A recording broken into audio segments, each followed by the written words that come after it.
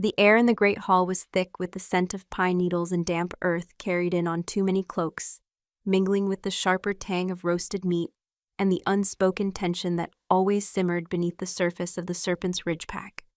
Outside, the night pressed in, a velvet curtain draped over ancient trees, but here, under the flickering oil lamps, every shadow seemed to hold a whispered judgment. Iria Wexford knew that judgment intimately. It clung to her like the cold mist that often rolled in from the marshlands, a constant companion that marked her as an omega, wolfless, barren, and irrevocably broken in the eyes of her kin. Tonight, as the harvest feast swelled around her, a dull ache throbbed behind her ribs, a familiar prelude to the inevitable slight, the cutting remark, the icy dismissal that reminded her of her place, or lack thereof. Her gaze, trained to seek out exits and avoid confrontation, dropped to the worn planks beneath her boots, already bracing for the next invisible blow. The weight of the moon, full and indifferent beyond the high windows, felt like a personal accusation, highlighting her insignificance. The cacophony of the harvest feast was a familiar torment, a symphony of joy and camaraderie that Iria could never truly join. She stood on the periphery, a ghost among the living, her worn tunic blending into the shadows of the hall's furthest wall. She was just another mouth to feed, another body to ignore, and her existence was a constant, low hum of shame. Her wolf, if it had ever truly existed, was silent, a hollow echo in her soul, leaving her feeling incomplete, a half-being in a world of potent shifters. Tonight, the insult came from Rorik, a burly beta with a laugh as loud as his temper. He'd tripped, admittedly, but his eyes, when they landed on Iria, were sharp with blame. "Watch where you're standing, Omega. You're practically invisible, a hazard to those of us who actually contribute." The words were a dull knife, twisting in an old wound. They weren't illegal, not truly, and she knew the script. A flicker of unease passed through the handful of shifters nearby, but no one spoke. No one ever did. This was her lot. Her chin dipped, a practiced motion of acquiescence, her hands clenching at her sides. She felt the familiar heat rise in her cheeks, the stinging burn behind her eyes, already preparing to swallow the humiliation whole, to fade back into the background noise, as she always had. But she didn't get the chance. A voice, low and resonant, cut through the din of the hall like a sharpened blade. It wasn't loud, didn't boom, but it carried an undeniable authority that silenced conversations mid-sentence, froze laughter on lips, and drew every single eye in the vast hall, including Iria's own, to its source. "You don't speak to her like that." Alpha King Dorian Falk. Iria's breath hitched. Her head snapped up, her eyes wide with disbelief, then immediate terror. Dorian Falk was a legend, a force of nature, a king whose presence was a silent, crushing weight. He stood across the hall, a figure carved from shadow and might, his dark hair falling over a brow that was perpetually furrowed in thought or command. Scars, faint silver lines, crisscrossed one side of his jaw, testament to battles fought and won, adding to the raw, untamed power that pulsed around him. His eyes, the color of ancient forest moss, were fixed not on Rorik, but on Iria for a fleeting, disorienting moment that made her stomach clench.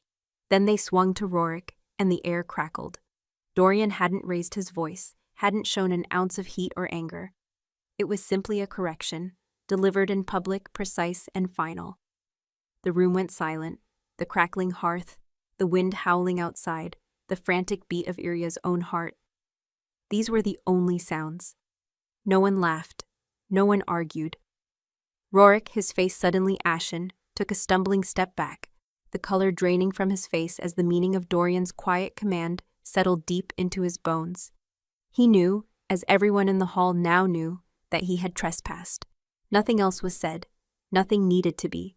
Dorian Falk merely held Rorik's gaze for another stretched second, a silent warning passing between them, before his attention, unnervingly, slid back to Iria.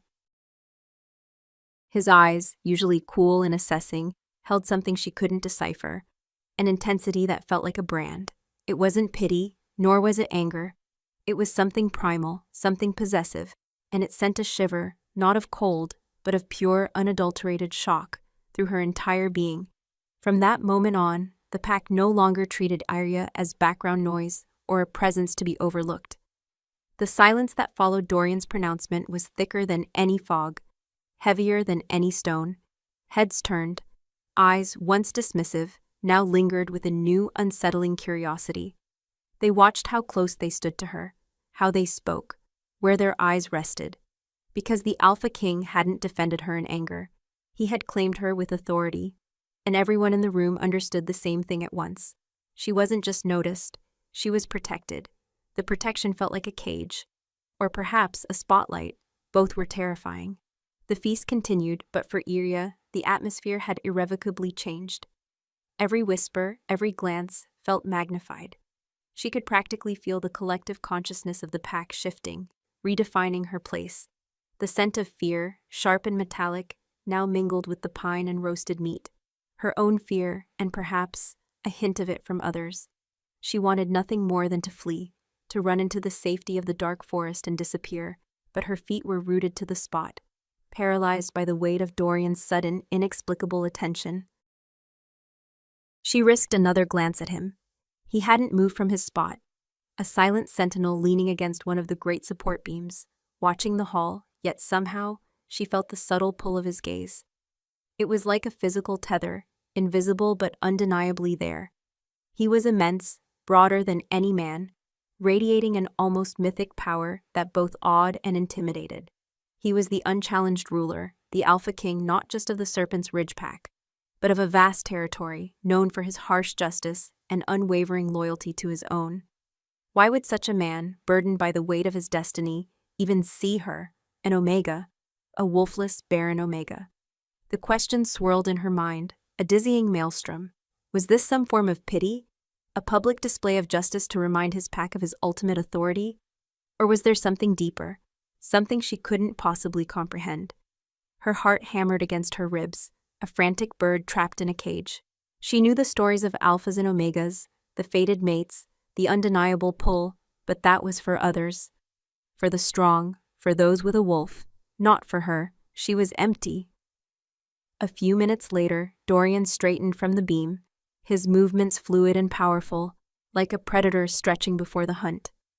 He walked with a quiet grace that belied his size, parting the crowd without effort. No one dared to block his path. Their heads bowed, their eyes lowered in deference. And then he was walking towards her. Iria felt a cold dread creep up her spine. Her palms grew slick, her breath shallow. Every step he took resonated through the floorboards, through her very bones. The scent of him, primal and masculine, a mix of ancient forest, rich earth, and something uniquely his own, something powerful and utterly intoxicating, filled her senses, overwhelming the smells of the feast.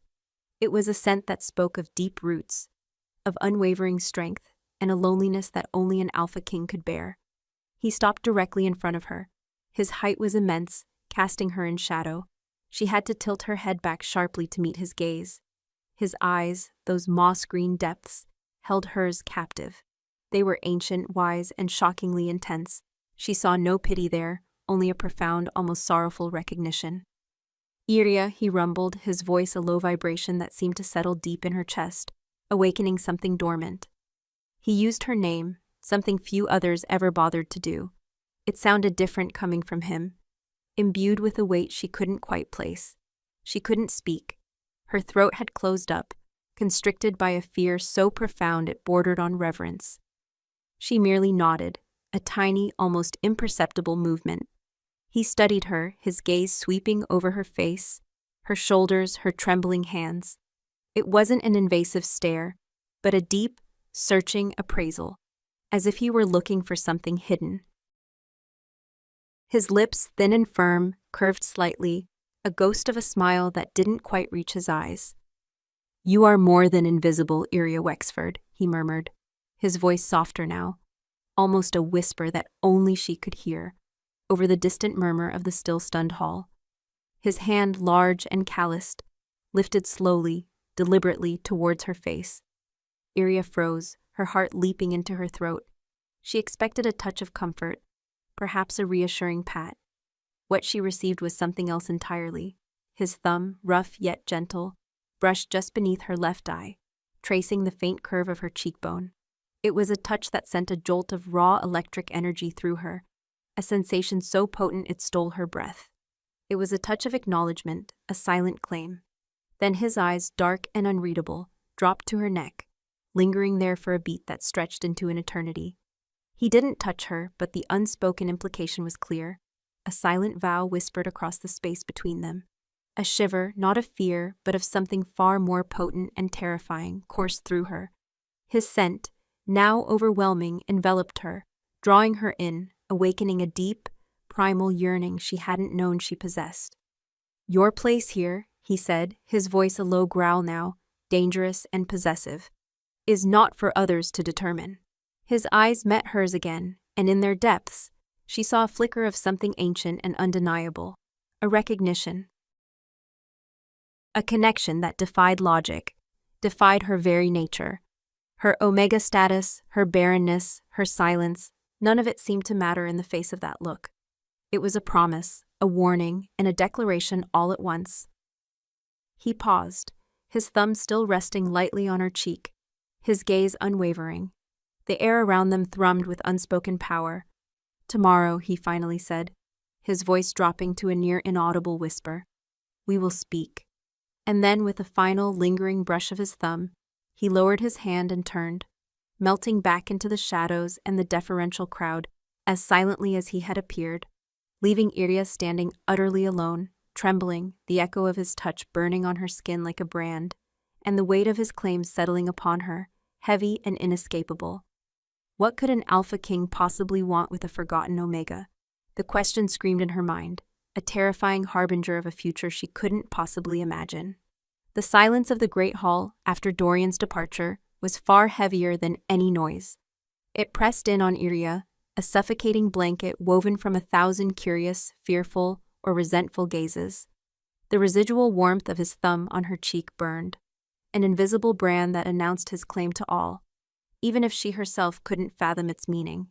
Her heart, a frantic drum against her ribs, echoed the question screaming in her mind. Why? Why me? What does he want? The air, once thick with feast smells, now felt charged with a dangerous electric energy that hummed around her, a constant reminder of the impossible shift in her world. Every muscle in her body screamed for escape, for the familiar anonymity of the deep woods, but her feet felt cemented to the polished floorboards. She was a statue, frozen under the sudden, blinding spotlight of the Alpha King's attention. The transition from the oppressive weight of the Great Hall to the cool embrace of the moonlit forest was jarring, a desperate escape Iria barely registered. She fled, not walking, but practically running, her worn cloak flapping behind her like a tattered wing. The sense of pine and damp earth, usually a comfort, now felt like a shroud. The world outside the hall was no longer a refuge. It was a vast, echoing space where she felt Dorian's claim like a physical weight, drawing every shadow, every rustle of leaves into its unsettling orbit. She didn't consciously choose a direction, her feet simply taking her along the familiar, winding path towards her small, isolated cabin, a humble dwelling nestled deep within the less frequented parts of the Serpent's Ridge territory. The cabin was a single room, built of rough-hewn logs, barely more than a hovel. It smelled of dried herbs, old wood, and the lingering scent of her own solitude. Inside, the darkness was absolute, a blessed cloak against the staring eyes of the pack, real and imagined.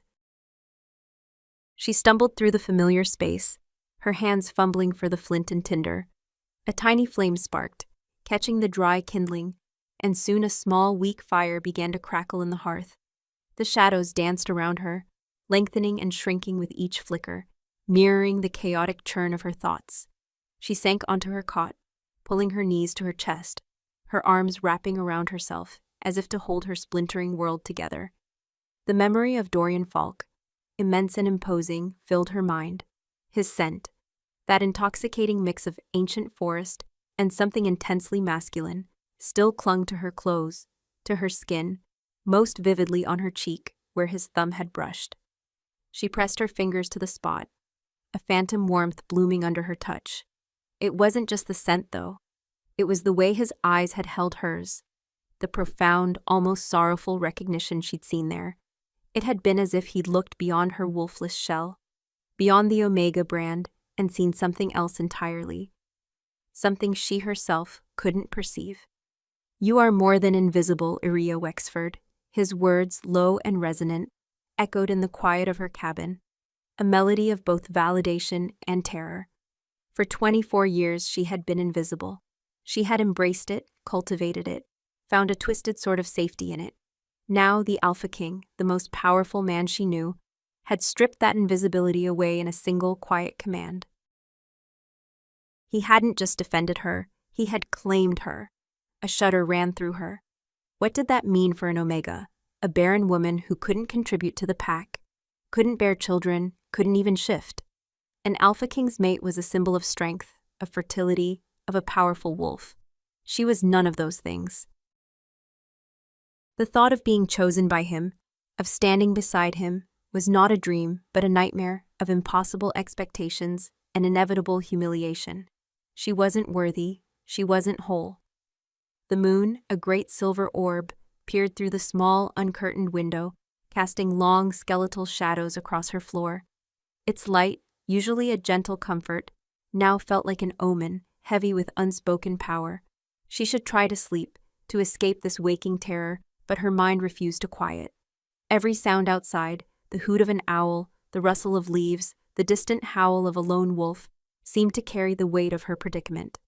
Suddenly, a knock, soft yet distinct, reverberating through the thin wood of her cabin door. Iria froze. Her breath caught in her throat.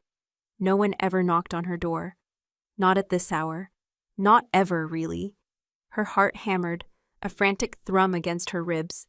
Fear, cold and sharp, pierced through the lingering shock. "Iria."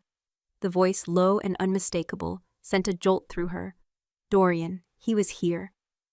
She scrambled off the cot, her legs trembling. Hesitantly, she moved towards the door, her hand hovering over the latch. The scent of him, now much stronger, seeped through the cracks in the wood, earth, pine, and that potent, untamed masculinity that both terrified and inexplicably drew her. Slowly, her fingers shaking, she unbarred the door and pulled it open just enough to peer out. He stood on her small, dilapidated porch, a towering silhouette against the moonlit forest. He wore a dark, heavy cloak that seemed to swallow the moonlight, making him appear even larger, more formidable. His eyes, those moss-green depths, were luminous in the darkness, fixed intently on her. The air around him shimmered with an almost visible power, a silent hum that vibrated in her very bones. "You said tomorrow," she managed to whisper, her voice a raw, scratchy sound she barely recognized as her own. The sheer audacity of him, to come to her cabin in the dead of night, to stand on her porch as if it were his right, was staggering. A faint, almost imperceptible smile touched his lips, deepening the scar along his jaw. "Tomorrow has dawned, Iria. The moon is a witness to the new day." His voice was a low rumble, as rich and deep as the earth itself, pulling at something deep inside her. "May I come in?" It wasn't a question, not truly, it was a command, softened by politeness. Iria hesitated for only a fraction of a second, then stepped back, opening the door wider. He filled the small doorway, his presence overwhelming the tiny space, absorbing all the air, all the light. The cabin, once her sanctuary, now felt impossibly small, vulnerable. He stepped inside, his cloak rustling softly, bringing with him the crisp scent of the night forest, and that potent personal scent of him that made her senses reel. He looked around, his gaze sweeping over the meager furnishings, the small hearth, the cot. His expression remained unreadable, but Iria felt a flush of shame rise up her neck. Her home was so plain, so poor. He turned back to her, his eyes locking onto hers, unwavering. "You are troubled." It was a statement, not a question. I don't understand," she admitted, her voice barely above a whisper. "Why? Why did you do that? Why me?" Her gaze dropped to her hands, twisting nervously in front of her. "I'm an Omega, wolfless, barren." The words were an old wound, tearing open again. Dorian took a step closer, his presence expanding, encompassing her. "The pack's assessment of you is not my own." His voice was gentle, yet firm, stripping away the weight of those labels she had carried for so long. And you are not wolfless, Iria, merely quieted. Her head snapped up, her eyes wide with shock. What do you mean? No one had ever said such a thing. Her wolf was a ghost, a myth. He reached out, his large hand brushing a strand of her dark hair away from her face. His touch surprisingly tender. The sudden intimacy, the warmth of his skin against hers, sent another jolt of raw energy through her, making her tremble. There is a power in you, Iria. A resonance I felt the moment I first saw you years ago, though I did not understand it then. His gaze deepened, becoming almost hypnotic. A power that calls to something deep within me. You carry the scent of ancient earth, of life waiting to bloom, not barrenness. His words were impossible, a fantastical dream she couldn't possibly believe. Yet the way he said them, with such conviction, such unwavering certainty, made a tiny, fragile seed of hope begin to stir within her, a sensation she hadn't felt in years. "What do you want from me?" she whispered, the question torn from her. "I have nothing to offer an alpha king." Dorian's thumb stroked her cheekbone once more, lingering, sending shivers through her. His eyes, usually so guarded, held a flicker of something ancient and knowing, a deep sadness mingled with fierce determination. "I want you to understand your truth, Iria, and to stand by my side. There are shadows stirring in our lands, an ancient threat returning. I have felt it, a chill in the spirit of the forest, a whisper on the wind. My wolf cries out for something vital, something missing. And tonight, when I defended you, when I truly saw you, my wolf recognized it." His gaze dropped again, not to her neck this time, but to her left wrist, where a faint crescent-shaped birthmark usually lay hidden beneath the cuff of her sleeve. His fingers, warm and strong, gently took her hand, pushing back the fabric. As his thumb brushed over the pale mark, a strange sensation bloomed under her skin. It wasn't pain, but a deep, vibrant hum, like a forgotten chord struck back to life. The mark itself seemed to darken, to glow with a faint internal luminescence that Iria had never, ever witnessed before. Dorian's breath hitched. His eyes, wide with surprise and a fierce joy she hadn't expected, met hers. "The mark of Lyra," he whispered, his voice thick with awe. "It sleeps no more." Iria stared, mesmerized and terrified, at her glowing wrist. The crescent, once a mundane birthmark, now pulsed with a soft silver light, mirroring the moon outside. Lyra, what was Lyra? Her head spun, reeling from the impossibility of it all. Dorian's fingers tightened on her wrist, his grip possessive, unyielding. "Iria," he said, his voice now a low growl, laced with a primal urgency, "you are not merely protected, you are destined. And now the true battle begins." He pulled her closer, his gaze burning into hers, the scent of him utterly enveloping her. "Our fates are entwined, Omega, whether you believe it or not." The silver light pulsed from Iria's wrist, a soft ethereal beat against the cavernous darkness of her cabin. It was impossible, a dream, a hallucination brought on by exhaustion and the overwhelming presence of the Alpha King. Yet the warmth of Dorian's fingers on her skin, the undeniable thrumming beneath her birthmark, and the fierce, almost desperate joy in his moss-green eyes were terrifyingly real. Her world, already upended by his public claim, now spun on a new, dizzying axis. The scent of him, primal and insistent, filled her lungs, pressing against her very soul, demanding an acceptance she wasn't ready to give. Iria stared at her wrist, at the crescent mark that had always been a faint, innocuous smudge on her skin, now glowing with a soft internal luminescence. It pulsed, a quiet heartbeat under Dorian's thumb, and with each beat, a foreign warmth spread through her veins, chasing away the cold dread that had been her constant companion. Lyra, the mark of Lyra. The words echoed in her mind, carrying an ancient weight, a forgotten melody. What is this?" Her voice was a fragile whisper, barely audible above the sudden, frantic pounding of her own heart. She tried to pull her hand away, a reflex born of fear and disbelief, but Dorian's grip was firm, unyielding, though not unkind. He released her hand slowly, reverently, his gaze still fixed on the faintly glowing mark. "It is the mark of a lineage thought lost, Iria," he rumbled, his voice a low, gravelly sound, filled with a mixture of awe and solemnity. "The mark of Lyra signifies a rare, potent connection to the primal magic of the moon, a guardian spirit, and a hidden strength that sleeps within its bearer. It is said that only those born under the deepest shadow, yet destined for the brightest light, carry it." Iria shook her head, her dark hair falling across her face. "But I'm an Omega, wolfless, barren. There is no magic in me, no hidden strength. My wolf is silent, if it ever existed at all." The old labels were a shield, a comfort in their familiarity, even as his words chipped away at them. She looked into his eyes, searching for a trick, a cruel jest, but found only unwavering conviction. Dorian stepped closer, his imposing form eclipsing the faint moonlight from the window.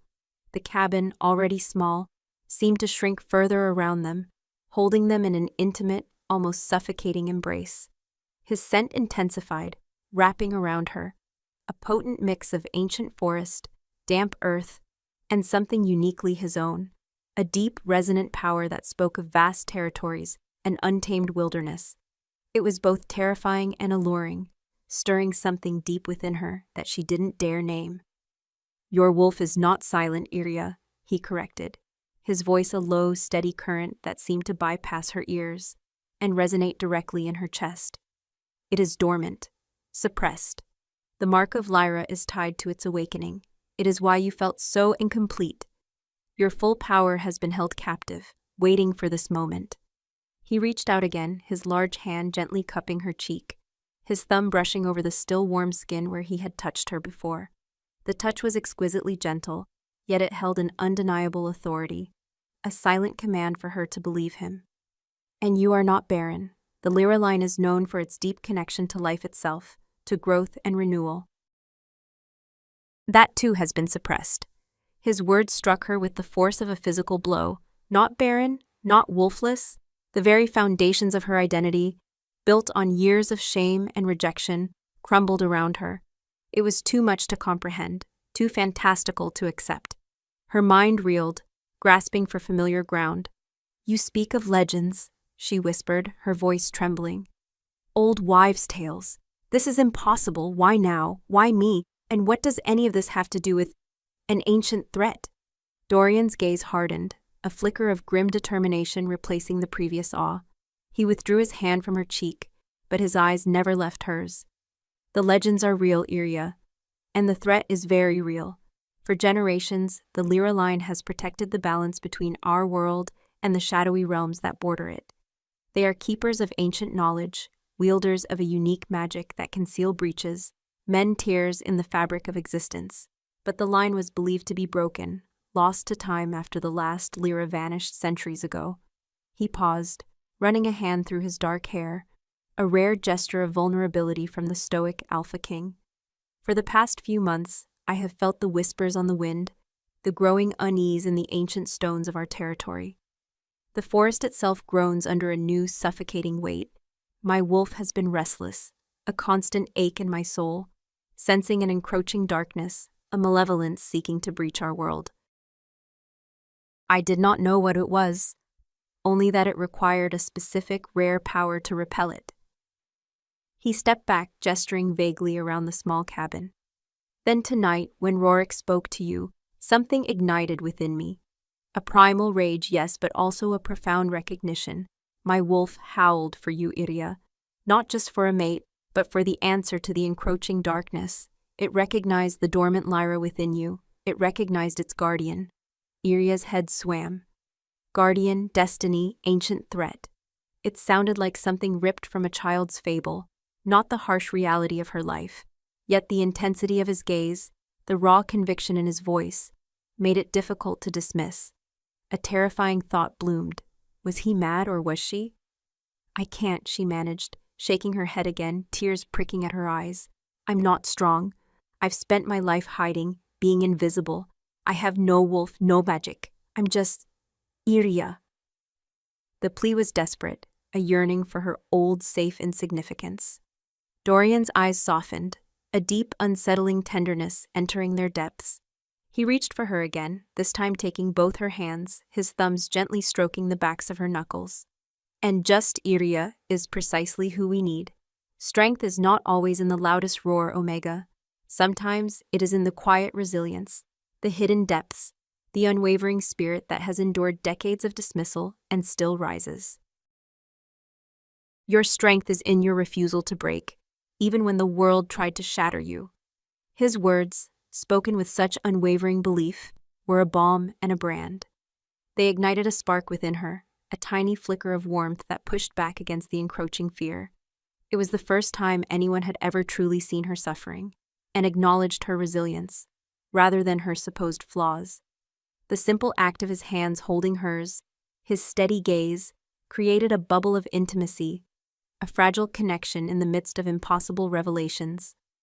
You don't have to carry this burden alone, he continued, his voice dropping to a seductive murmur that vibrated through her, pulling at a primal chord she hadn't known she possessed. I will be with you, my pack will be with you, and my wolf will protect you. He leaned closer, his warm breath ghosting over her lips, his scent now intoxicating, overwhelming. We are bound, Iria, by fate, by the moon, and by the ancient threat that seeks to tear our world asunder. His lips were inches from hers, the promise of a kiss hanging heavy in the air, electric and terrifying. Her heart hammered, a frantic drum against her ribs, echoing the wild rhythm of his own. She felt a pull, a desperate yearning to lean into him, to taste the promise on his lips, to surrender to the impossible comfort he offered. It was a desire so potent it stole her breath, awakening a sensation she had never known. But then, a cold dread snaked through her, chilling the sudden heat. Surrender to what? A destiny she didn't understand, a power she didn't possess, a mate she barely knew? The pack, the whispers, the sudden, terrifying shift in her reality. Could she truly trust this? Just as his lips were about to meet hers, a faint, almost imperceptible tremor ran through the ground beneath their feet. It was a subtle vibration, a deep, resonant hum that seemed to emanate from the very earth itself, carrying with it a faint, acrid scent, like ozone and burnt leaves, a smell that spoke of something ancient and corrupted. Dorian stiffened, his eyes snapping open, their green depths now alight with a fierce, predatory alertness. The tenderness vanished, replaced by the hardened resolve of an alpha king facing an imminent threat. His head tilted, his senses straining against the subtle disturbance. The air in the cabin grew heavy, charged with a sudden, oppressive energy. The glowing mark on Iria's wrist pulsed once, then twice, much brighter now, almost painfully so, before dimming abruptly, leaving behind only a faint phantom warmth. It begins, Gibgribant, Dorian growled, his voice low and dangerous, his gaze sweeping over Iria with a renewed intensity. The encroaching darkness, it feels your awakening, Lyra. He grasped her shoulders, his grip tight, almost bruising. You are no longer safe in the shadows, Iria. The power within you will draw it out. From this moment on, you are a beacon, and the hunt has truly begun. The ground trembled, not with an earthquake's brute force, but with a subtle, insidious vibration that spoke of something ancient and malevolent stirring beneath the earth. The acrid scent of ozone and burnt leaves, a smell that had no place in the heart of the forest, clung to the air, making Iria's throat clench. Dorian's words, it begins. The encroaching darkness. It feels your awakening, Lyra, echoed with the force of a death knell, shattering any lingering doubts about the reality of her predicament.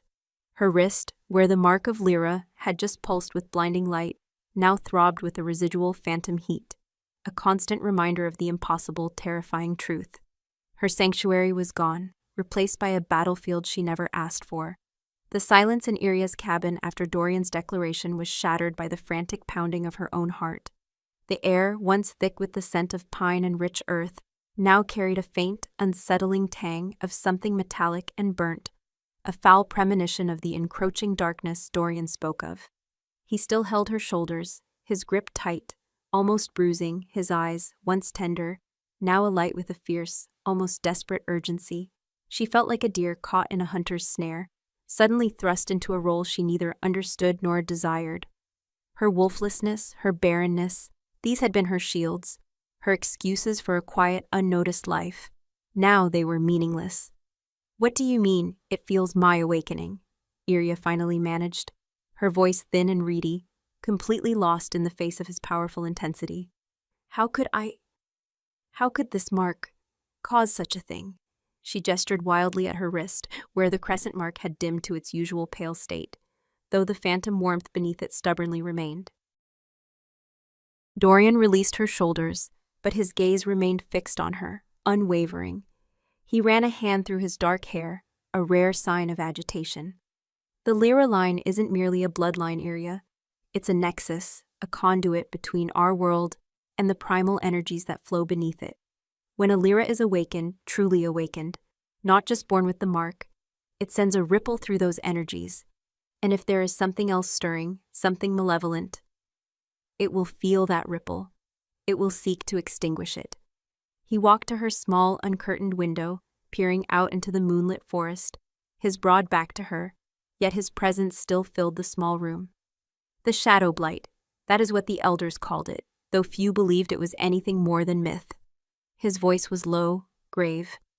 "An ancient entity, a parasite of life and spirit that feeds on despair and corruption, growing stronger when the veil between realms thins. It manifests as a creeping rot, tainting the earth, sickening the animals, and stealing the very will from our shifters.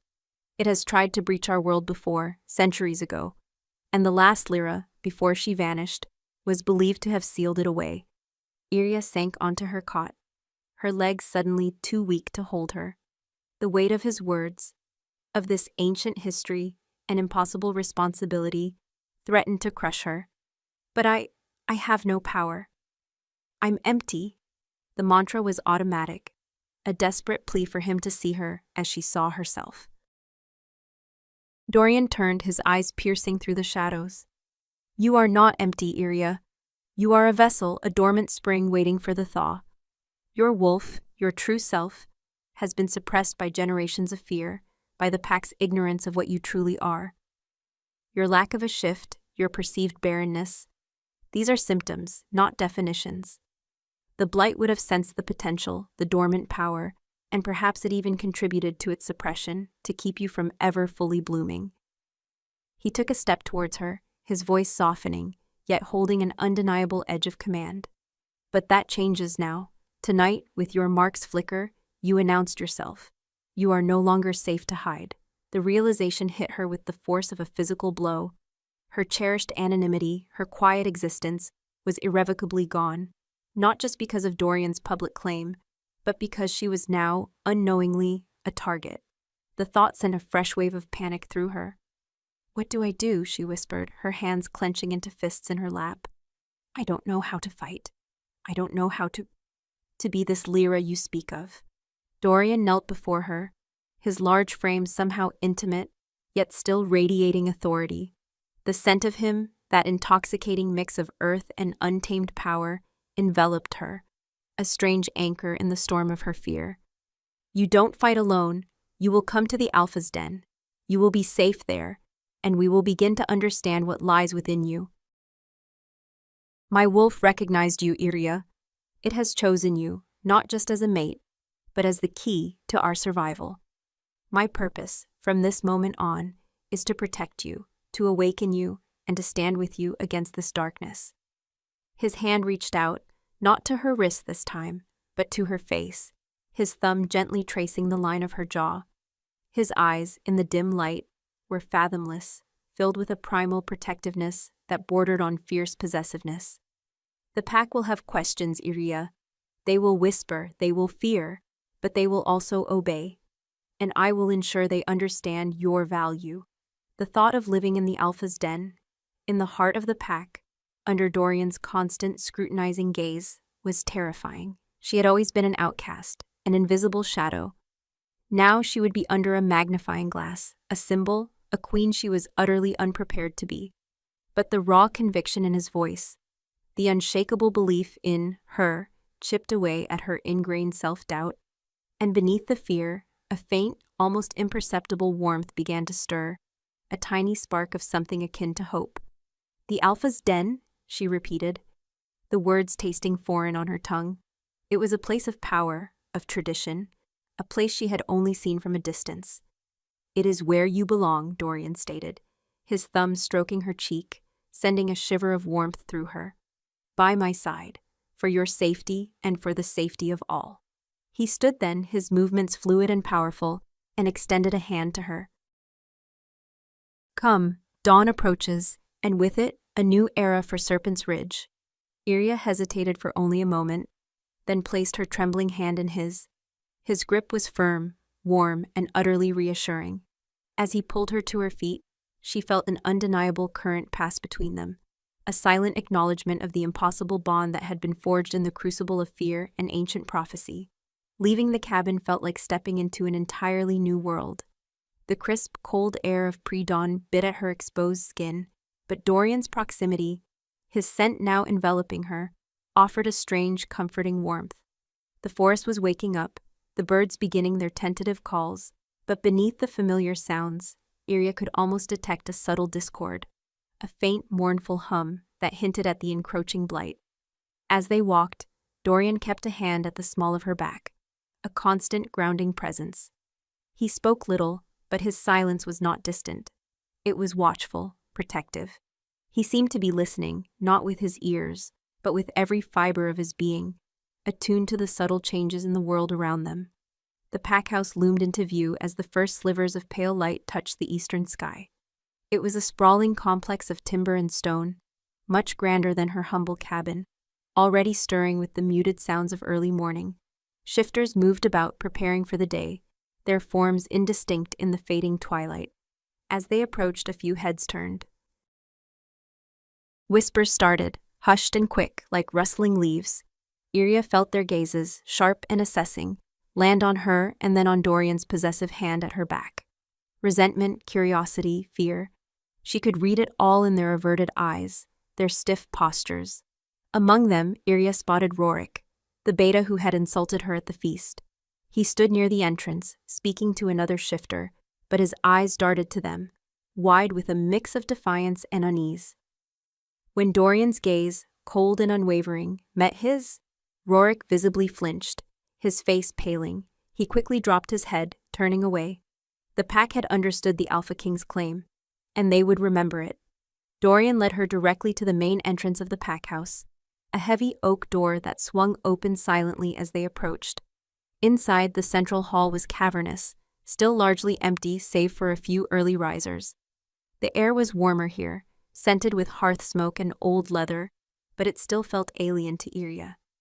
He guided her up a grand staircase, its steps worn smooth by generations of feet, to the upper levels where the Alpha's private quarters were situated. He opened a door to a spacious room, far larger and more luxurious than anything Iria had ever known. A large four-poster bed dominated one wall, draped with heavy furs. A roaring fire crackled in a stone hearth, casting a warm, inviting glow. A thick, woven rug softened the floor, and a large window overlooked the sprawling Serpent's Ridge territory. "This will be your room," Dorian said, his voice surprisingly gentle as he gestured around the space. "It connects to my own. No one will bother you here. You are safe." Iria stood in the middle of the room, overwhelmed. It was beautiful, opulent, and utterly foreign. It was also a gilded cage, she realized, a place where she would be constantly under his protection, constantly observed. The thought was both comforting and terrifying. Dorian stepped closer, his gaze sweeping over her, his eyes softening slightly. "Rest, Iria. We have much to discuss, much to learn, but for now, you are safe." He paused, then reached out, his hand gently touching her hair, his fingers lingering for a moment before dropping away. "I will send for fresh clothes and food, anything you need." He turned to leave, but at the threshold he stopped, his hand on the doorframe.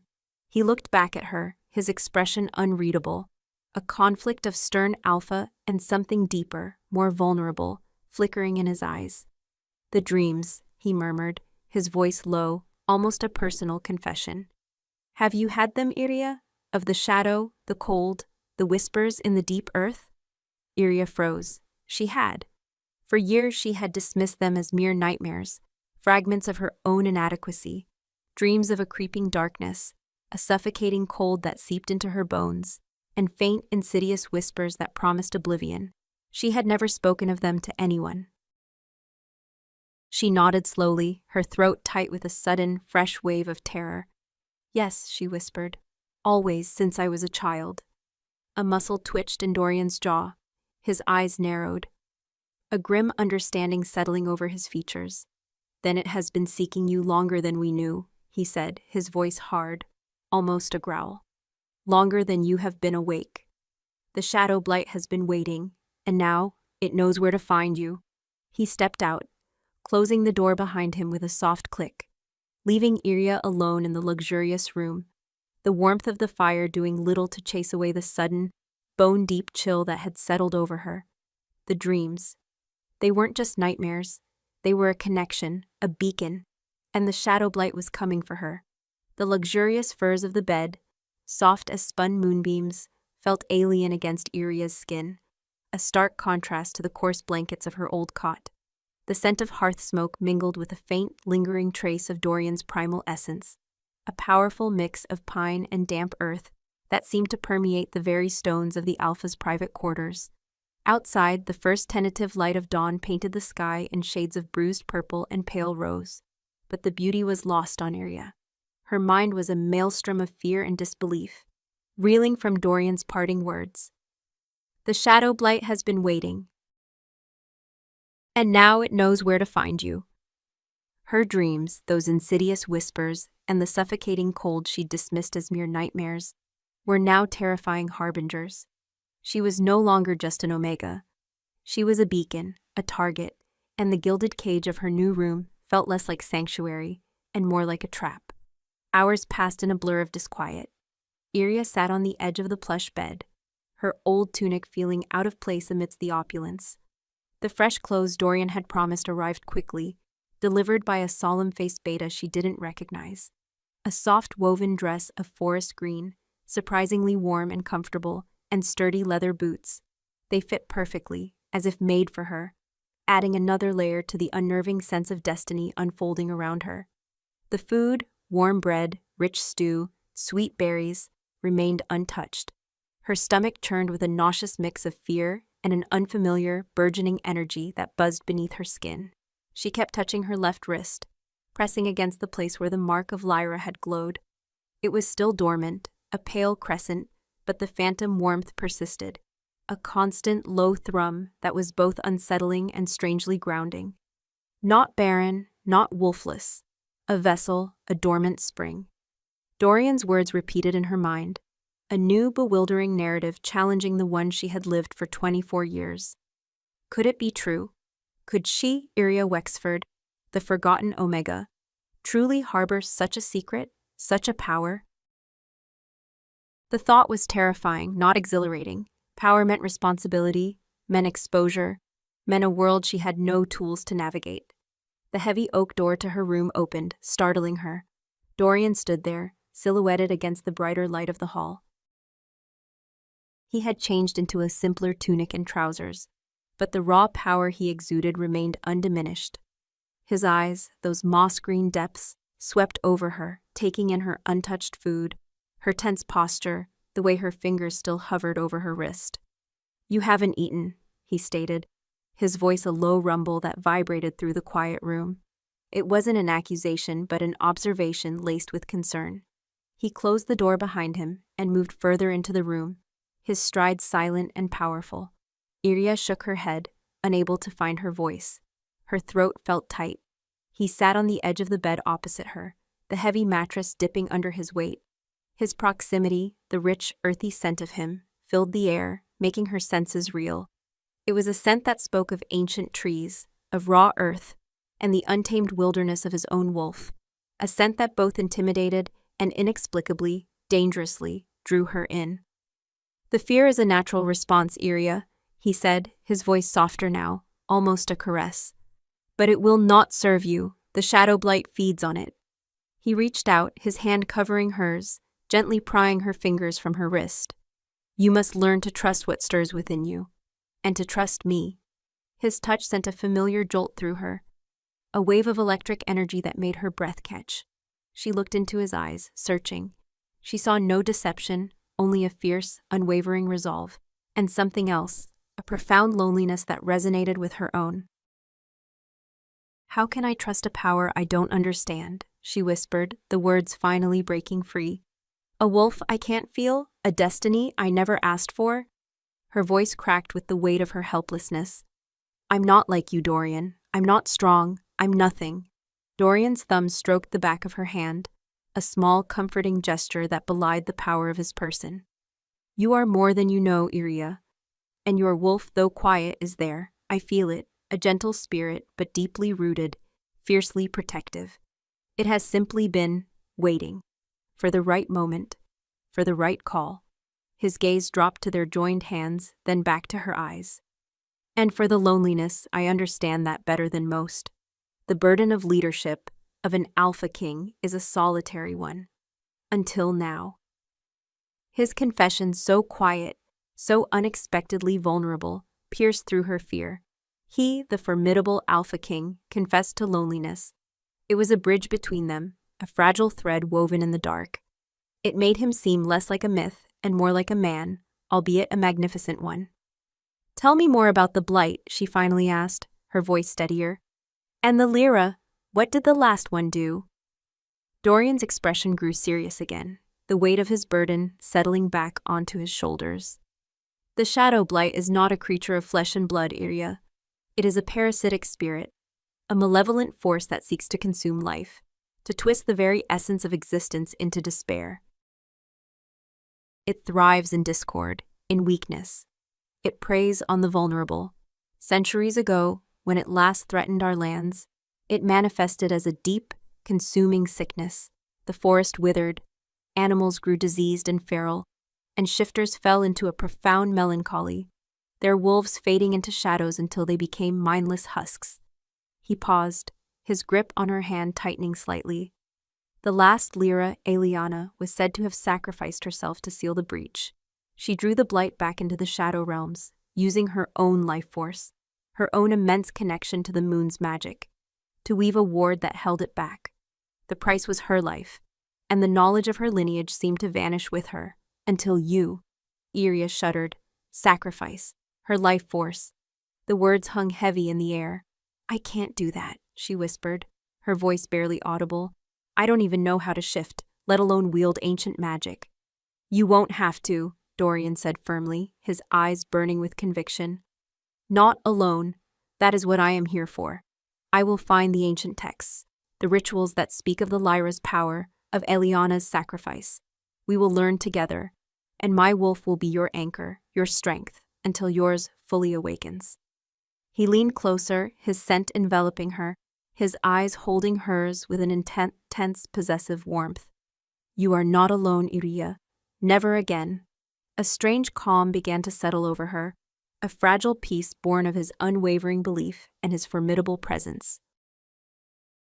His words, his scent, the warmth of his hand, all conspired to create a bubble of safety, a fleeting respite from the terror. For the first time, she truly felt seen, truly felt protected, not as a duty, but as something precious. As if on cue, a faint, almost imperceptible tremor ran through the stone walls of the room. It was softer than the one they'd felt in her cabin, but it carried the same faint, acrid scent of ozone and something sickly sweet, like decay. Dorian's head snapped up, his senses instantly on high alert. His jaw tightened, and a low growl rumbled in his chest, a primal sound that sent a shiver down Iria's spine. "The blight grows bolder," he murmured, his gaze sweeping towards the window, where the morning light had fully chased away the shadows, but now seemed to carry a strange, muted quality, as if dulled by an unseen haze. "It feels you, Lyra. It knows you are here." He stood abruptly, pulling her gently to her feet. "Come, you will eat, and then we will go to the archives. It is time we face this." His hand remained clasped around hers, a lifeline. The walk to the dining hall was fraught with tension. The pack members, now fully awake, moved with a different kind of energy. Their whispers were louder, their gazes more direct. Fear mingled with resentment in their eyes as they saw Dorian holding Iria's hand, leading her, openly claiming her. She heard snippets. "Omega? What does the king see in her? Barren. A curse. Dorian's presence was a shield, his wolf's growl, though silent, palpable in the air around them. He met every gaze, his eyes hard and challenging, daring anyone to speak ill. No one did. But the hostility was a cold weight, pressing in on Iria from all sides. Later, in the pack's ancient archives, a vast room filled with scrolls and leather-bound tomes, Dorian worked tirelessly, his brow furrowed in concentration. He pulled out dusty scrolls, his fingers tracing ancient script, mumbling in a language Iria didn't understand. She sat on a low stool, observing, occasionally catching a glimpse of cryptic drawings, a crescent moon, a shadowed entity, a woman with flowing hair, her hands glowing. As the day wore on, a deep weariness settled over her. The constant tension, the fear, the overwhelming flow of new, impossible information. She found her gaze drifting to Dorian, to the sheer force of will he exuded, his unwavering focus. He was magnificent, a king burdened by destiny, yet facing it head-on. A warmth, unfamiliar and potent, bloomed in her chest, a quiet admiration, a nascent bond, a primal draw that began to stir in the depths of her soul. Suddenly, a sharp cry from outside startled them both. It was a hunter's call, urgent and laced with fear. Dorian was instantly on his feet, his hand going to the hilt of the blade at his hip. "Stay here," he commanded, his voice sharp, authoritative. But Iria was already moving, compelled by a strange, insistent pull. She followed him out of the archives and into the main hall, where a small group of shifters had gathered around a young hunter, his face pale with terror. "My traps," the hunter gasped, his breath ragged. "In the old hunting grounds. The deer, they were twisted, their eyes, black. And the trees, king, their weeping shadow." A collective gasp went through off the hall. The air grew heavy, thick with a palpable dread. The acrid scent, subtle before, now intensified, a putrid stench that made Iria's stomach churn. Dorian's eyes, dark and grim, met Iria's across the hall. The silent message was clear. "It's here." Just then, a shiver ran down Iria's spine. Not of cold, but of something else.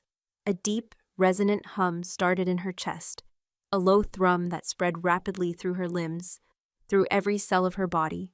The mark of Lyra on her wrist began to glow, not faintly this time, but with a fierce silver light that pulsed with an undeniable power, mirroring the racing beat of her heart.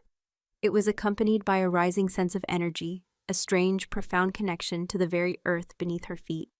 And then she heard it, not with her ears but deep within her mind, a low, desperate moan, a howl. Not a human sound, but the deep, mournful cry of a wolf, trapped in suffering, echoing from the very heart of the forest. Her wolf. It was calling, and it was in pain.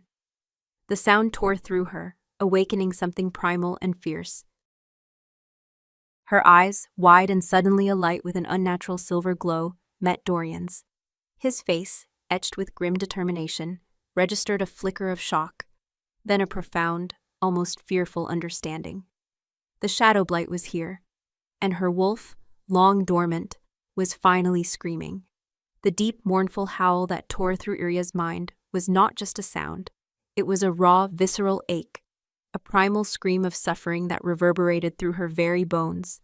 It was the sound of her own wolf, long thought dead, now stirring from its enforced slumber, wounded and desperate. The mark of Lyra on her wrist flared with an almost blinding silver light, burning against her skin, mirroring the fierce, unnatural glow that now erupted in her eyes. The familiar world of the Serpent's Ridge Hall, with its hearth smoke and pack murmurs, dissolved, replaced by a terrifying clarity of purpose.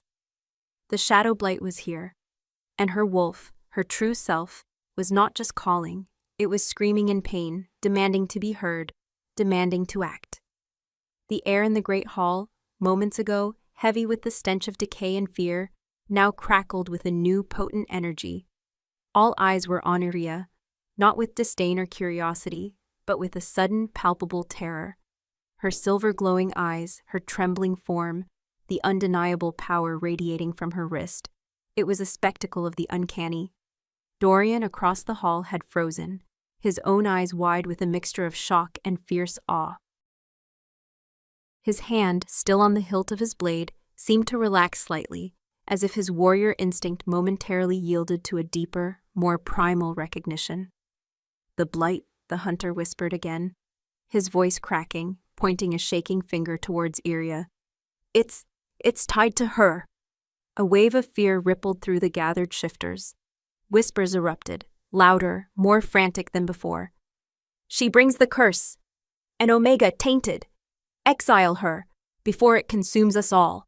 Dorian's head snapped up, his gaze sweeping over the pack with a ferocity that silenced them instantly. A low, guttural growl, barely perceptible but undeniably present, rumbled in his chest, a clear warning. "Silence, de cat silence," he commanded, his voice a whip crack that cut through the burgeoning panic.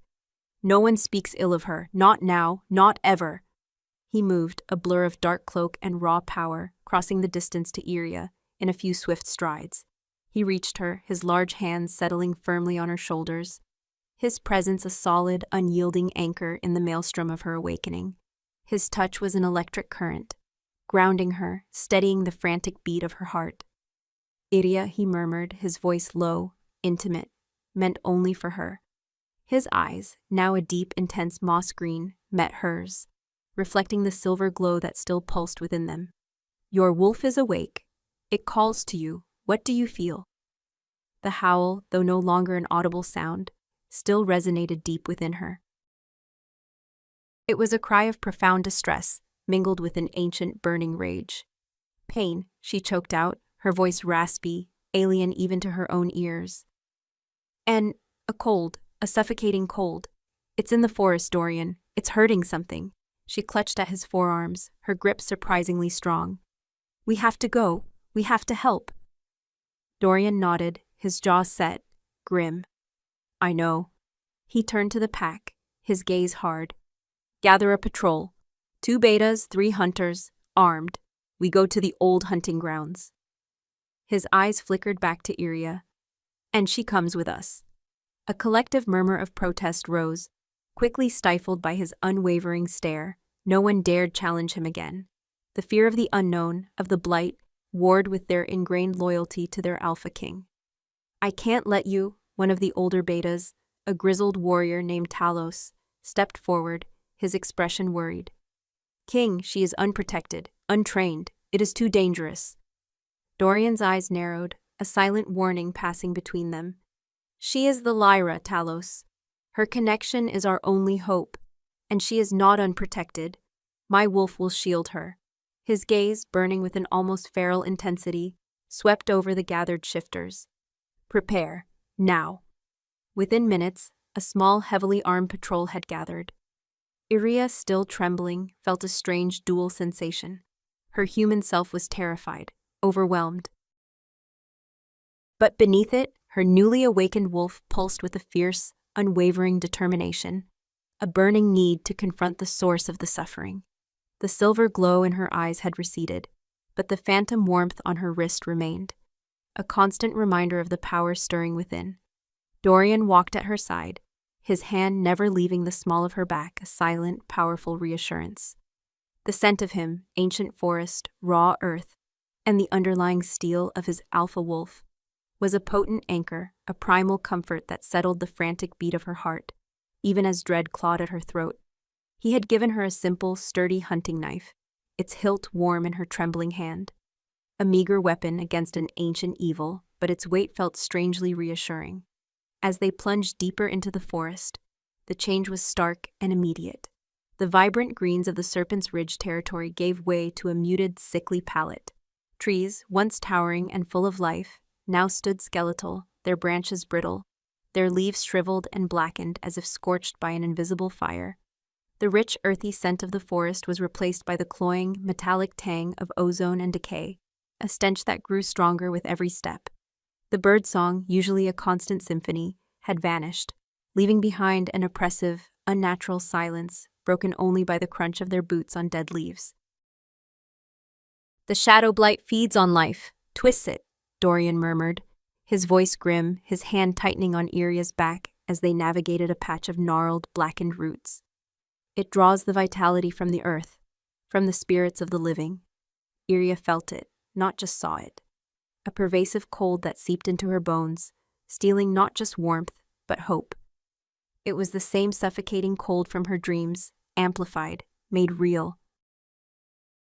It pressed in on her, trying to snuff out the fragile spark of her wolf. But with it came a strange, empathetic pain, a deep sorrow for the dying forest, for the suffering she could sense emanating from the blighted earth. Her lyra mark throbbed, a rhythmic pulse against the cold. They found the hunting ground. It was a scene of utter devastation. Several deer lay dead, their bodies grotesquely twisted, their eyes empty black pits. The earth beneath them was cracked and barren, and the trees surrounding the clearing wept a viscous, black sap that looked like tears of shadow. The air here was thick, suffocating, a heavy blanket of despair that settled over them all. Even the hardened betas looked visibly shaken, their wolves whimpering beneath the surface.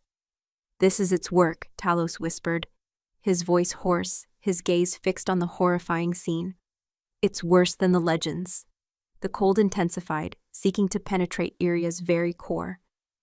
Whispers, faint and insidious, began to echo in her mind, promising oblivion, telling her she was weak, useless, a burden. "You are an omega, you are nothing. Let it take you. Surrender." It was the voice of the blight, insidious and seductive. But something within her, something fierce and unyielding, recoiled. Her lyra mark flared, burning hot against her skin, pushing back against the encroaching despair. A low growl, barely audible, escaped her lips, a sound of defiance she didn't know she possessed. It was her wolf, still nascent, but fiercely protective of its human host. Dorian, sensing her struggle, pulled her closer, his arm wrapping around her waist, drawing her against his solid side. His own scent, powerful and grounding, pushed back against the blight's oppressive aura. "Fight it, Iria," he commanded, his voice a low, fierce growl in her ear. "Do not let it in. Your strength is greater than its whispers." He turned to the patrol. "Shield your minds. Focus on your wolves. Do not give it purchase." Iria leaned into Dorian, his warmth a lifeline. The whispers intensified, trying to find cracks in her resolve, twisting her old insecurities into new, potent barbs.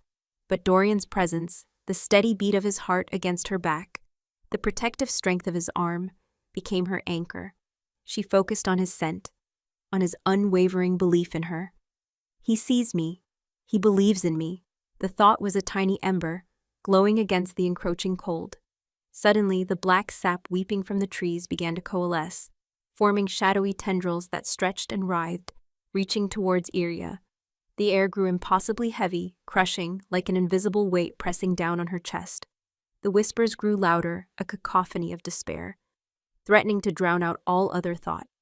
Dorian pushed her behind him, drawing his blade in one fluid motion, its polished steel catching the muted light. His stance was wide, protective, his wolf's growl now a palpable vibration in the air around them. "Stay behind me, Lyra," he roared, his voice filled with a primal rage that banished the whispers for a fleeting moment. The tendrils whipped forward, faster now, seeking her. Iria felt a surge of raw, untamed power erupt from her core, a burning heat that pushed back against the cold. The mark of Lyra on her wrist pulsed with a blinding silver light, and the hunting knife in her hand felt impossibly heavy, impossibly charged. Her human mind screamed in terror, but her wolf, now fully roused, surged forward, its instinct to protect, to fight, overwhelming all else. She didn't know what she was doing, but she lifted the knife, aiming it at the nearest shadow tendril. A bolt of pure silver energy shimmering like frozen moonlight shot from her hand, not from the knife itself, but through it, a conduit for the power that now surged through her. It struck the tendril, searing it, making it recoil with a soundless shriek that vibrated only in her mind. Dorian glanced back, his eyes wide with surprise, then a fierce, triumphant grin. "Yes, Iria, unleash it." The fight was no longer just his, it was hers too. She was no longer a bystander, but a weapon, a shield, a conduit for the ancient power stirring within her. The air thrummed with the clash of light and shadow, of burgeoning power and ancient malice. Just as another tendril lunged, faster and more aggressive. A familiar acrid scent, stronger than before, washed over them. A sickening wave that made her gag. And then, a sound. Not a roar, not a growl, but a chilling psychic groan that resonated deep within the blighted earth. A voice of ancient, malevolent hunger. Iria felt a searing pain rip through her mind. A sudden, blinding flash of images. A crumbling ancient stone. A dark, gaping maw in the earth. And a silhouette, indistinct yet terrifyingly familiar, standing before it, laughing. It was a vision, a direct assault from the heart of the blight itself. And then the image shifted, focusing on the silhouette's hand, a hand with a faint crescent-shaped mark, eerily similar to her own, but twisted, black, and radiating pure malice. The blight wasn't just here, it had a host. And that host, that other Lyra, was coming for her. The silver light from Iria's mark flared, then dimmed, her body suddenly racked with an agonizing cold. She crumpled, the vision fading to black, but the terrifying image of the twisted mark burned behind her eyelids. The last thing she heard before darkness consumed her was Dorian's furious roar, a sound of pure, unadulterated rage and fear. The world dissolved into a cacophony of fear and primal rage. Iria plummeted into a suffocating darkness, the last sensation a searing pain in her mind, a vision of a twisted crescent mark, and Dorian's guttural roar, a sound of pure, unadulterated fury and desperation. The cold, that insidious, soul-sucking cold of the shadow blight, enveloped her, promising oblivion, whispering her deepest fears into her unconscious mind. But even in the abyss, a flicker of silver light pulsed, a stubborn defiance, a furious, nascent wolf clawing its way to the surface, refusing to yield. Iria's fall was not into silence, but into a chaotic symphony of the blight's whispers and the distant, muffled sounds of battle. Her human body lay prone on the blighted earth, vulnerable, but her spirit was flung into a terrifying void, a realm of profound cold and insidious shadows. Here, the whispers were deafening, weaving through her memories, twisting every past humiliation, every moment of self-doubt, into potent, agonizing barbs. You are weak. You are barren. You are nothing. He will abandon you. Everyone always does. But this time, something fought back. Within the deepest recesses of that cold void, a silver light flared, small at first, then growing, pushing against the encroaching darkness. It was her wolf, fully awakened now, a magnificent, spectral creature of pure moonlight, its form shimmering, its eyes blazing with fierce, protective love. It was wounded. Yes, the blight's attack had reached it, but it was not broken. It was furious. "Fight, little one," a voice, not of words but of pure thought, resonated in Iria's mind. It was her wolf's voice, ancient and powerful, yet imbued with a profound tenderness that brought tears to her spiritual eyes. "Do not listen to the lies. You are strong. You are life. You are Lyra." The wolf pressed against her, a comforting warmth pushing against the cold. It showed her images, not just of Eliana, the last Lyra, but of generations of Lyra women, their hands glowing with silver light, weaving wards, mending the veil. It showed her the connection between the crescent mark and the moon, the deep, resonant power that flowed from the celestial body, through the Lyra, and into the earth. And it showed her the twisted mark, the source of her vision. "A corrupted Lyra," her wolf communicated, its voice laced with sorrow. "One who succumbed to the blight's promises of power, of vengeance for perceived slights. The blight cannot fully manifest in our world without a living vessel, a powerful conduit. It seeks to consume the life force of a Lyra, to twist their innate connection to the moon into a portal for its darkness. This other," she offered herself. The realization was a cold, hard stone in Iria's spiritual gut. The other Lyra wasn't just a victim, she was a willing host, a twisted mirror of Iria's own potential. The blight didn't just want to destroy, it wanted to corrupt and control. "Vai. Draw on the moon, Iria," her wolf urged, its spectral snout nudging her. "Feel its pull, feel its light. Let it fill you, let it purify the despair." Iria focused, pushing past the whispers, past the fear. She reached out, not with her physical hands, but with the very essence of her being, towards the distant, shimmering light of the full moon, a silver thread, impossibly thin, yet incredibly strong, connected her to it. She pulled, and a torrent of cool, cleansing energy surged through her, washing away the cold, silencing the whispers, filling her with a vibrant, pulsating power she had never known. Her lyra mark, in the spiritual realm, blazed like a miniature sun. In the physical world, Dorian Falk was a whirlwind of primal fury. The moment Iria crumpled, a red haze had descended over his vision. The blight's tendrils, emboldened by her fall, whipped and lashed, trying to reach her. But Dorian stood as an immovable bulwark, his alpha wolf fully unleashed. He snarled, a visceral, guttural sound that tore through the oppressive silence, his every movement a testament to untamed power and desperate protectiveness. His blades sang through the air, shearing through the shadowy tendrils, each strike imbued with the raw force of his rage. The patrol, though struggling against the blight's mental assault, rallied around him, drawing strength from their alpha's ferocious defense. Talos, bloodied but unbowed, fought beside him, his own beta wolf snarling. But the enemy was insidious, relentless. The air grew thicker, heavier, the stench of decay overwhelming. Then, from the gnarled, weeping trees at the edge of the clearing, she emerged. She was a woman, cloaked in shadows that seemed to shift and writhe around her, making her form indistinct. Her face, when she stepped into a sliver of muted light, was one of twisted beauty, gaunt and sharp, her eyes glowing with an unnatural, malevolent light, like embers in a dying fire. On her left wrist, stark against her pale skin, was a crescent mark, identical in shape to Iria's, but it pulsed with a sickening obsidian glow, radiating cold and despair.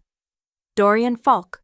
Her voice slithered through the air, not with sound, but directly into their minds, a chilling whisper that echoed with ancient malice. The mighty Alpha King, defending a broken Omega. How pathetic. Her gaze, filled with contempt, raked over Iria's unconscious form, and the last feeble spark of Lyra, so easily snuffed out. Dorian's roar of defiance shook the very air. "You will not touch her, creature!" he thundered, his wolf surging, his eyes glowing with an infernal green light. He lunged, blade flashing, but she merely raised a hand. A wave of concentrated despair washed over him, hitting him with the force of a physical blow. Memories of past losses, of the burdens of his crown, of a loneliness that had gnawed at his soul flooded his mind, threatening to crush him. His stride faltered, his wolf whimpering, momentarily overwhelmed. The Blight's host laughed, a chilling, soundless sound that reverberated in their skulls. "Your strength is your weakness, Alpha," she whispered, stepping closer, her shadowed form seeming to grow, to siphon the life from the blighted trees around her. "Your love, your loyalty, they make you vulnerable. Your little Omega is already mine. Her power will be the final key to opening the way for the Blight to consume this pathetic world." She extended a hand, an obsidian tendril of shadows spiraling from her fingertips, aiming directly for Iria's chest. Just as the tendril was about to strike, a blinding flash of silver light erupted from Iria's body. She gasped, her eyes snapping open. But these were not Iria's usual soft brown eyes. They blazed with an intense, otherworldly silver, luminous and fierce, reflecting the full, majestic power of the moon. The mark of Lyra on her wrist was no longer faintly glowing. It burned with a pure, unwavering beacon, its light pushing back against the encroaching shadows. Iria sat up, her movements fluid and graceful, radiating an aura of ancient power. The heavy burden of fear and shame had vanished, replaced by a deep, resonant calm and an undeniable strength. Her human self was still there, terrified, but now utterly entwined with her wolf, with the ancient Lyra within her. She was complete. The obsidian tendril recoiled with a hiss of immaterial pain. The Blight's host staggered back, her twisted face contorted in a snarl of surprise and rage. "Impossible, you were broken." "I was dormant," Iria corrected, her voice clear and strong, resonating with a new authoritative power that made even Dorian momentarily pause. Her gaze, blazing silver, fixed on the host. "And I am broken no longer." She rose to her feet, the silver light from her body, pushing back the oppressive darkness, purifying the blighted air around her. Her hunting knife, still clutched in her hand, pulsed with a renewed, vibrant glow, no longer just steel, but a conduit for the moon's pure energy. "The blight will not consume this world," Iria declared, her voice ringing with conviction, her wolf's power fueling every word. "And you, corrupted Lyra, will not be its key," the host screamed, a soundless shriek of pure fury and frustration. "Fool, you know nothing of true power, of the gifts the blight offers. It promised me freedom from your kind, from the judgment, from the endless pain." "It offered you chains, cloaked in false power," Iria countered, taking a step forward, her silver light pushing against the host's oppressive darkness. "It feeds on your despair, as it fed on mine. But I chose light. I chose my wolf." The host lunged, a desperate, feral attack, shadowy claws extended. But Iria was ready. She met the attack, not with a physical blow, but with a surge of pure, concentrated moonlight energy from her open palm. It slammed into the host, making her shriek, forcing her back. The very ground beneath their feet seemed to tremble, the blighted earth groaning as the two opposing powers clashed. Dorian, shaking off the last vestiges of the blight's mental attack, moved to Iria's side, his own wolf roaring, his blade now glowing with a faint, internal light, mirroring Iria's power. He stood shoulder to shoulder with her, his presence a formidable force. "She is not alone," he growled, his eyes blazing, his hand finding hers, their fingers intertwining, a tangible bridge of power flowing between them. The host, eyes wide with a terrifying mix of desperation and malice, looked from Iria's glowing hand to Dorian's fierce resolve, then back to Iria, her gaze settling on the unwavering silver beacon of the Lyra mark. "You cannot stop it, true Lyra," she hissed, her voice filled with a terrible certainty. "The breach is already open, and it will have its tribute, if not your power, then your blood." With a final desperate surge of dark energy, the host plunged her shadowy claws not at Iria, but at the very earth beneath them, tearing a gaping maw in the blighted ground. From the newly opened chasm, a sickening, black mist billowed forth, coiling and writhing, carrying with it 1,000 silent screams and the overwhelming stench of raw despair. The true shadow blight, formless yet utterly terrifying, began to seep into their world, its chilling presence consuming all light, all hope. The host, eyes gleaming with dark triumph, turned back to Iria and Dorian, her form flickering as the blight's mist enveloped her. "Welcome to the true darkness, Alpha King," she whispered, her voice fading into the growing roar of the unleashed blight. "And farewell, Lyra, your light will be extinguished." The earth cracked and groaned, the darkness swelling, threatening to consume them all. Dorian's grip on Iria's hand tightened, his face grim, yet resolute. Their combined power, though formidable, now faced an enemy far greater than they had ever imagined. A tide of pure, ancient malevolence pouring into their world. This was not just a battle, it was a desperate stand against the abyss itself. The earth groaned, a ragged, dying cry as the shadow blight billowed forth from the gaping chasm.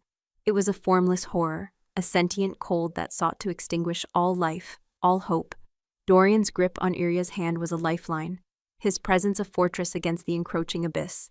Her own body, freshly awakened to its Lyra power, thrummed with raw energy, yet a profound weariness threatened to consume her.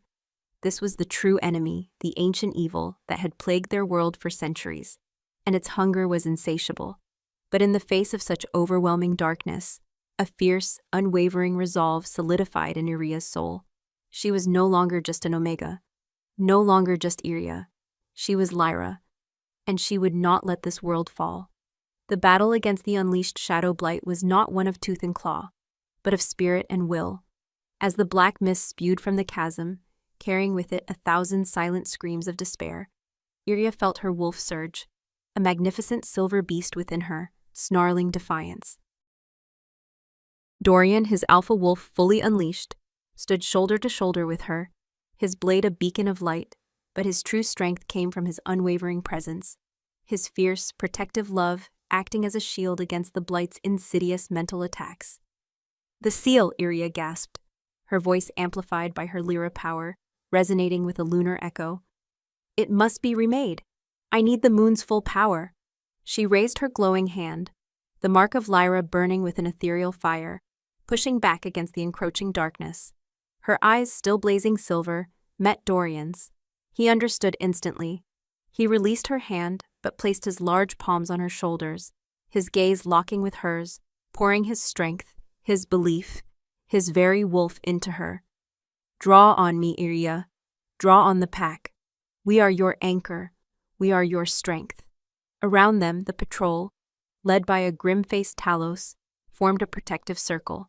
Their wolves, though terrified, answered their alpha's silent command, focusing their collective will, their hope, into a tangible wave of energy that flowed towards Iria. The Blight's host, the corrupted Lyra, now almost fully subsumed by the black mist, shrieked, a soundless scream of pure rage as she realized Iria's intent. She lunged, a desperate, shadowy blur, but Dorian, with a guttural roar, intercepted her, his blade glowing, driving her back. Iria closed her eyes, focusing. She reached deep within, pulling on the silver thread that connected her to the moon, drawing on the immense power that flowed through her Lyra lineage. The cold of the Blight tried to penetrate, to snuff out her light, but her wolf snarled, a fierce guardian, shielding her spirit. She felt the ancient magic coalesce within her, a swirling vortex of pure lunar energy. Her body trembled, the sheer force of it almost too much, but Dorian's anchor, the unwavering flow of his support, kept her grounded. She opened her eyes, and a column of pure, shimmering moonlight erupted from her, piercing the roiling black mist, reaching for the heavens. It was a breathtaking, terrifying display of power. The blighted earth groaned, the air shrieked, and the black mist recoiled, screaming silently as the purifying light touched it. With a surge of will, Iria extended her hands, weaving the moonlight into intricate patterns, ancient Lyra symbols of protection and sealing, closing the gaping maw in the earth. The chasm pulsed, resisting, trying to consume her, but Iria's resolve was unyielding. The corrupted Lyra, caught in the outermost edges of the moon's searing light, let out a final agonizing shriek, a mix of despair and a fleeting moment of self-awareness. Her shadowy form flickered, twisted, and then dissolved into nothingness, consumed by the very darkness she had embraced. Her corrupted mark vanished, leaving only an echo of sorrow. With a final monumental push, Iria slammed her hands together, uttering a single, ancient word in a language that was not her own, yet resonated from the deepest part of her soul. Sealed. The column of moonlight crashed down, converging on the chasm, filling it with a blinding silver light. The earth shuddered, then slowly, agonizingly, began to knit itself back together. The black mist withered, dissipating into nothingness, leaving behind only the acrid scent of ozone and the heavy silence of aftermath. Iria swayed, utterly drained, her silver eyes dimming, the light on her wrist fading. Dorian caught her as she fell, pulling her tightly against his chest. Her head rested against his shoulder, listening to the frantic beat of his heart, now slowing, settling. His scent, that powerful mix of earth and pine, now felt like the very essence of home, of safety. She was exhausted, but alive, whole, and the powerful presence of her wolf, though quieted, was a comforting hum beneath her skin. The weeks that followed were a blur of healing, both for the land and for Iria. The Serpent's Ridge forest, slowly, miraculously, began to recover. The sickly trees shed their black leaves, new, vibrant green shoots emerging. The polluted air cleared, and the scent of pine and rich earth returned, stronger than before. The animals, once diseased and feral, now roamed freely, their spirits revitalized. Life bloomed anew, a testament to the Lyra's power and to the resilience of their world. Iria, too, was transformed. The wolfless Baron Omega was gone, replaced by a woman who walked with a newfound grace and inner strength. Her wolf was a constant, comforting presence, a deep well of intuition and calm within her. She still couldn't shift fully, not yet, but Dorian assured her it was a matter of time, of growth, of learning to fully integrate her human and Lyra selves. She felt connected to the earth, to the moon, in a way she never had before, a living conduit of primal magic. The pack's acceptance was absolute, almost overwhelming. The whispers had changed. No longer were they cruel and dismissive, but reverent, awestruck. They called her Luna, their queen, Their savior, Rorik, the beta who had first insulted her, sought her out, his face pale with remorse and shame. He knelt before her, begging for forgiveness, offering his fealty. Iria, guided by her wolf's quiet wisdom, simply placed a hand on his shoulder, her eyes gentle. "Rise, Rorik. The blight feeds on bitterness. We rebuild with unity." His gratitude was profound, a silent vow to serve her with unwavering loyalty. Dorian was her shadow, her anchor, her unwavering partner. Their bond, forged in the crucible of battle and ancient prophecy, had deepened into an undeniable primal love. He treated her not just as his fated mate, but as his equal, his queen, his Lyra.